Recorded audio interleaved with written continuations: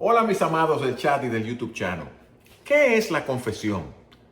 Los primeros 2, 3 siglos de la iglesia, la confesión se practicaba con pecados graves: adulterio, apostasía, abandono de la fe o asesinato, homicidio.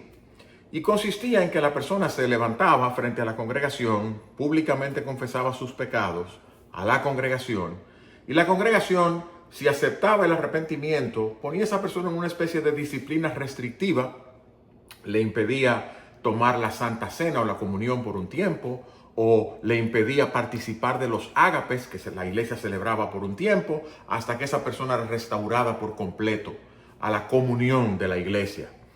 Después, con el paso del tiempo, esa confesión se hizo un poco más estricta y se imponían penitencias, ya 2, 3 siglos más, e inclusive la restauración se hacía en los domingos de resurrección. En los siglos 5 y 6, los monjas celtas de Irlanda y de Escocia practicaban la confesión con un mentor. El mentor escuchaba los pecados y le imponía una serie de penitencias a la persona. De hecho, hay libros escritos sobre qué tipos de penitencias hacer de acuerdo al tipo de pecado. Ya cuando llegamos al siglo 8 y 9, Tomás de Aquino y otros más, siglo 11, crean y desarrollan toda una teología y toda una tradición alrededor de las penitencias y de cómo hacer la confesión. En el siglo XII, el Concilio Laterano hace que la confesión sea constituida como un sacramento, y ya la confesión había que hacerla a un sacerdote. Y finalmente, en el Concilio de Trento, en el siglo XV, la confesión y la absolución sacerdotal era un acto judicial. El sacerdote perdonaba el pecado del confesor. Cuando llega la Reforma, se levantan contra esta práctica que se había ido acumulando a través de los tiempos, porque decían, eso no es la práctica bíblica. ¿Cuál es la práctica bíblica?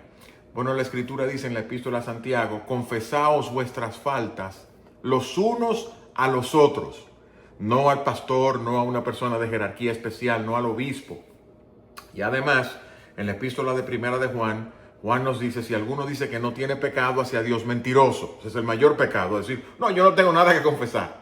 Pero si confesamos nuestros pecados, confesar es el verbo homologueo, decir lo mismo.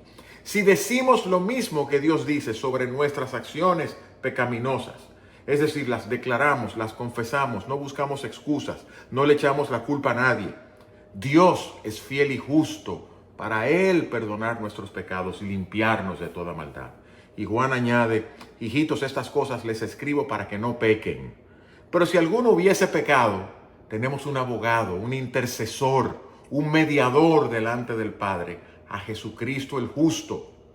Y Juan añade, y Él, Jesucristo el justo, es la propiciación por nuestros pecados. Esa palabra propiciar significa Él es quien remueve la ira de Dios sobre el pecado y llama a la misericordia y a la gracia de Dios. La confesión, ¿qué es? Es llevar a Dios nuestra carga, nuestro pecado, y confesárselo a Dios, buscando de Dios el único que puede perdonar pecados, misericordia y perdón. Pero alguien puede tener alguna práctica personal. Por ejemplo, en mi caso, cuando yo peco todos los días, todo el tiempo. Grabando este sermón estoy pecando, porque mis motivaciones, mi corazón nunca es recto. Pero cuando yo peco gravemente, le hablo mal a mi esposa, le hablo con aspereza a mi esposa, le hablo mal a mi vecino, actúo de una manera incorrecta, peco. A mis pastores yo los llamo, muchas veces lo hago el domingo antes del sermón. Les digo, hermanos, yo quiero confesarles a ustedes una situación que tuve esta semana en la que yo pequé y actué mal. Y no actué conforme a lo que dice la Biblia que un cristiano debe actuar, y mucho menos uno que predica la palabra de Dios. ¿Por qué lo hago? ¿Para que ellos me perdonen? No. Lo hago primero para no ser un hipócrita, para no actuar como una persona con doble vida que tiene pecados ocultos y esqueletos en el closet.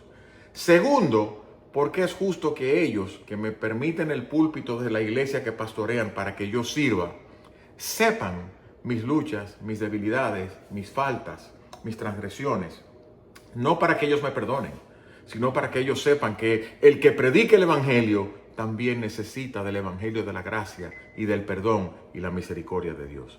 ¿Quién perdona pecados? Solo Dios. ¿A quién se confiesa el pecado? A Dios, que es contra quien primariamente se comete. También a aquella persona que nuestro pecado haya herido u ofendido y buscamos perdón. Pero al final el perdón del pecado está en Cristo, el Salvador a quien Dios envió para que removiera la culpa de nuestro pecado y nos acercara a la gracia de Dios por su sangre, por su muerte en la cruz. Bendiciones para ustedes, mis amados del chat y de YouTube chat.